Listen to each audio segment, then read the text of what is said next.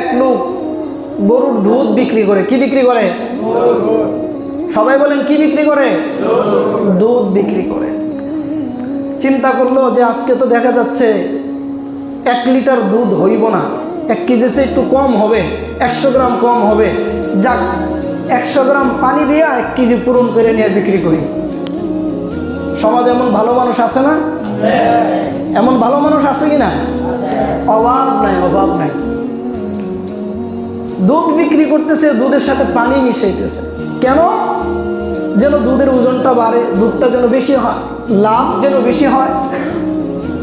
কিন্তু ওরে নাফরমান, তুই যে দুধের সঙ্গে পানি মিশাইলি, তুই যে দুধের সঙ্গে পানি মিশাইয়ে যে বিক্রি করলি, এই সম্পদ, এই টাকা, এই জমি, এই বাড়ি সব কিছুই তো তোর 1 মিনিটের ভিতরে শেষ হয়ে যাবে যদি তোর চক্ষুগুলো বন্ধ হয়ে যায়।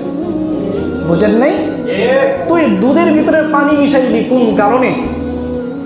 তো আল্লাহর রাসূল সাল্লাল্লাহু আলাইহি ওয়াসাল্লাম বলেন, وقال عليه الصلاة والسلام التجار يحشرون يوم القيامة فجارا إلا من اتقى وبر وصدق।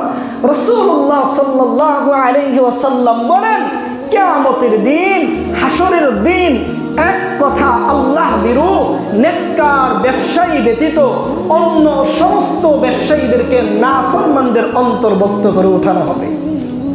কথা বুঝতে পারছেন?